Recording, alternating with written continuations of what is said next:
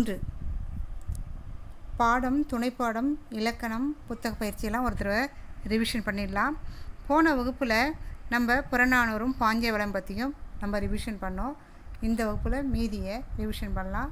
கவனிச்சுட்டே வாங்க மாணவர்களே, நன்றாக கவனிச்சுக்கோங்க. அப்போ தான் தேர்வுக்கு உங்களால் எளிதாக எழுத முடியும். பாருங்கள், தேசியம் காத்த செம்மல் பசும்பொன் முத்துராமலிங்க தேவரோட பாருங்கள் துணை.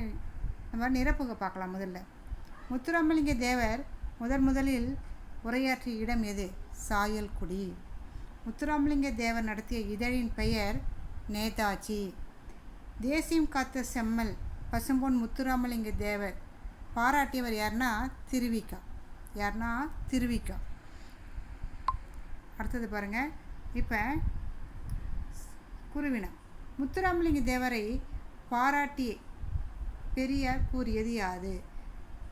தேசியம் உடல், தெய்வீகம் உயிர் என கருதி மக்கள் தொண்டு செய்தவர் பசும்பொன் முத்துராமலிங்க தேவர். இவர் வீர பேச்சால் எத்தனையோ தியாகிகளையும் விவேக பேச்சால் எத்தனையோ அறிவாளிகளையும் உண்டாக்கியவர் இல்லையா?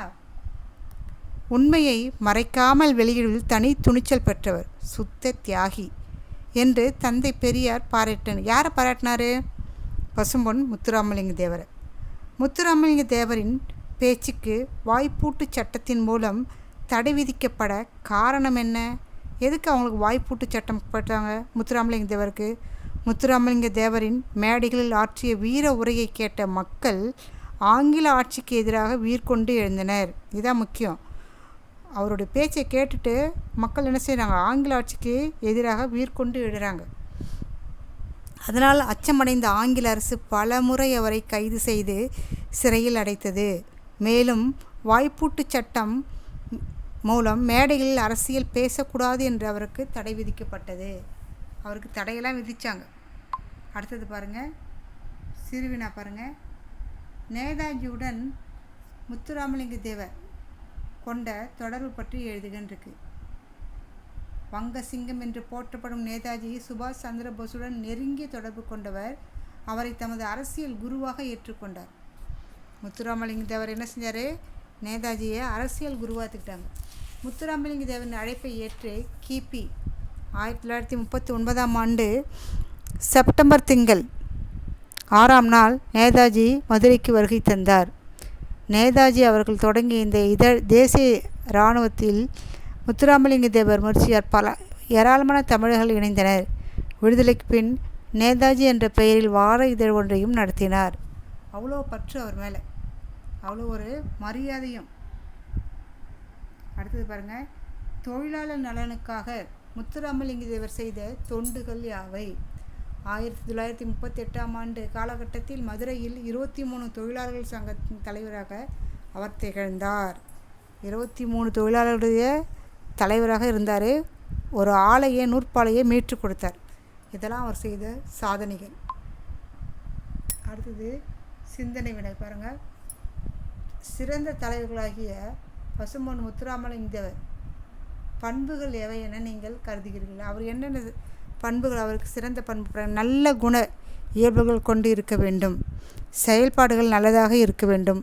வெறும் அறிவு மட்டுமே இருந்தால் ஒருவருக்கு தலைமை பண்பு ஏற்க முடியாது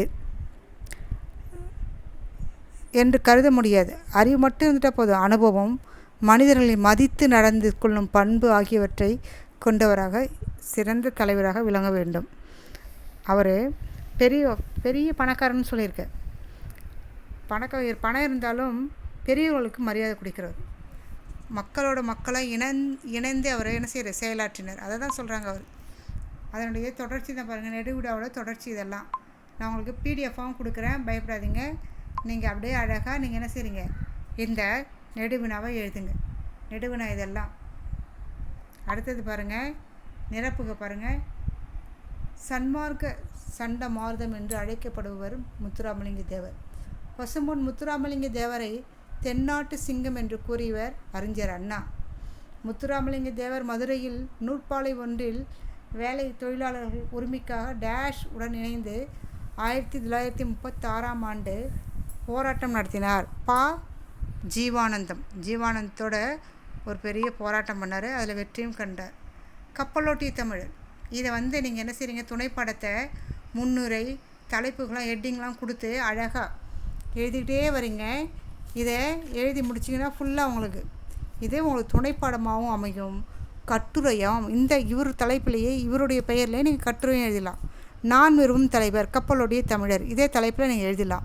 முன்னுரை வழக்கறிஞர் அவருடைய பிறப்பு, அவர் எங்கே பிறந்தார், எங்கே வளர்ந்தார், வழக்கறிஞர் பணி, வெள்ளோட்டம், வெள்ளையர்களின் வீழ்ச்சி, சுதந்திர நாதம் எழுந்தது என்ற இந்த தலைப்பில் அழகாக ஒவ்வொரு தலைப்பாக போட்டு நீங்கள் அழகாக தெளிவாக எழுதிட்டே வந்தீங்கன்னு வச்சுக்கோங்களேன், உங்களுக்கு முழு மதிப்பெண் தரப்படும். துணைப்பாடம் முடிவுரை வரைக்கும் அழகாக நீங்கள் எழுதிட்டு வாங்க. இதையே நீங்கள் என்ன செய்யலாம், கட்டுரைக்கும் எழுதலாம்னு சொல்லிட்டேன். கட்டுரையும் இதே தலைப்பில் எழுதலாம், துணைப்பாடமும் இதே தலைப்பில் எழுதலாம். இரட்டிப்பு மதிப்பெண் உங்களுக்கு வழங்கப்படுகிறது.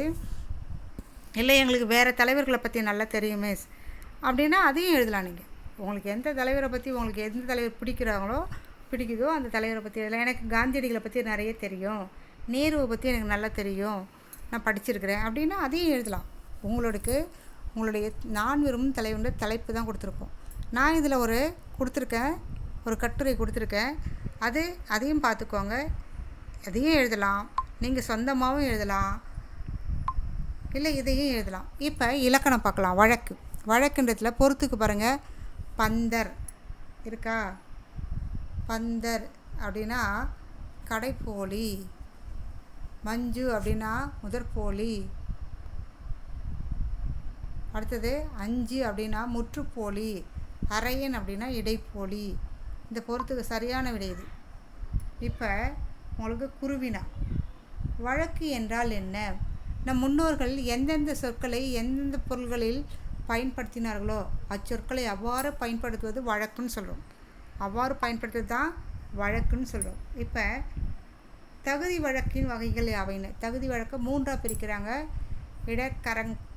கடக்கல், மங்கலம், குழு உட்குறு. அது வாழைப்பழைத்ததை என்னது நஞ்சு விட்டது அப்படின்றது, நஞ்சு விட்டது சரியான வார்த்தையில் நைந்து விட்டது அப்படின்னு சொல்லணும். இப்போ நிரப்புக பாருங்கள். எழுத்திலும் பேச்சிலும் சொற்களை பயன்படுத்தும் முறை டேஷ் எனப்படும். வழக்கு தான். எழுத்திலையும் சொற்களையும் வழக்கு. டேஷ் என்னும் சொல்லை பேச்சு வழக்கில் வாசல் என்று அழைக்கிறோம். வாயலை தான் நம்ம வாசல்னு சொல்கிறோம். வாசல்லே நிற்காதீங்க அப்படின்னு சொல்கிறோம், அது வாயல் அப்படின்னு சொல்லணும். நிறைய வார்த்தைகளை நம்ம என்ன செய்கிறோம், பேச்சு வழக்கில் கொஞ்சம் மாற்றிடும். இலக்கண போலி என்பது பெரும்பாலும் சொற்களில் டேஷ் இடம் மாறி முன்னும் பின்னும் மாறி வரும். அது தப்பு இல்லை. நாகரிகம் கருதி பாருங்கள், மறைமுகமாக குறிப்பிடுவது இடக்கரங்கள். இந்த இடத்துல இதை பேசக்கூடாது, இது தப்பு அப்படின்ற மாதிரி இடத்துக்கு தகுந்த மாதிரி நம்ம பேச்சை கொஞ்சம் மாற்றி சொல்லுவோம்.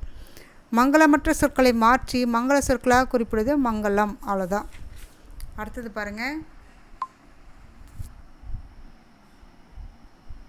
இயல்பு வழக்கு என்றால் என்ன? இயல்பு வழக்கு என்றால் என்ன? ஒரு பொருளை அதற்குரிய இயல்பான சொற்களால் குறிப்பிடுவது இயல்பு வழக்கு. அது இயல்பு வழக்கு என பாருங்கள். இயல்பு வழக்கு 3ஆக பிரிக்கிறாங்க. இலக்கணம் உடையது, இலக்கண போலி, மருவு. இது போல் கேள்விகள்லாம் நல்லா கொடுத்துருக்காங்க. நல்லா படிச்சுக்கோங்க மாணவர்களே. அடுத்தது பாருங்கள், இயல்பு வழக்கு தான் சொல்கிறேன். அடுத்தது இலக்கண போலி, இதையும் சான்றோடு படிச்சுக்கோங்க. அடுத்தது மருவு என்றால் என்ன? நம் முன்னோர்கள் எல்லா சொற்களையும் எல்லா இடங்களிலும் முழுமையாக பயன்படுத்துவதில்லை. தஞ்சாவூரின் பெயரை தஞ்சை என்றும் பாருங்கள், திருநெல்வேலியை நெய்வேலின்னு சொல்கிறோம், திருநெல்வேலின்னு சொல்கிறோம், நெல்லைன்னு சொல்கிறோம். இது போல் எல்லாத்தையும் நம்ம என்ன சொல்கிறோம், சுருக்கி பேசக்கூடியது. கோயம்புத்தூரை கோவைன்னு சொல்கிறோம். இதை தான் மருவுன்னு சொல்கிறது.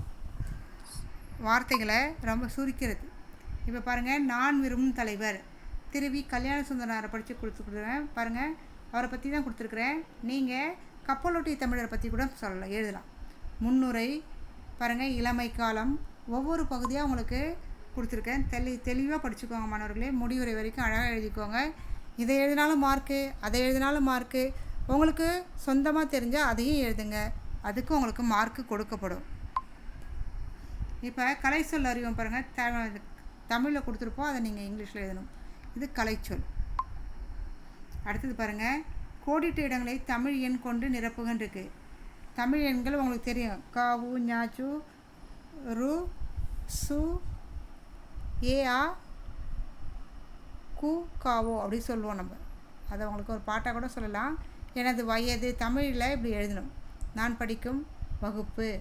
தமிழ் இலக்கணம் டேஷ் வகைப்படும். திருக்குறளில் அதிகாரங்கள் உள்ளன. இந்தியா டேஷ் ஆண்டு விடுதலை பெற்றது. இது போல் தமிழ் எண்களில் எழுதணும்.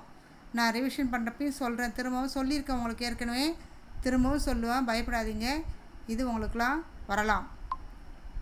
நன்றி மாணவர்களே, நன்றி, வணக்கம்.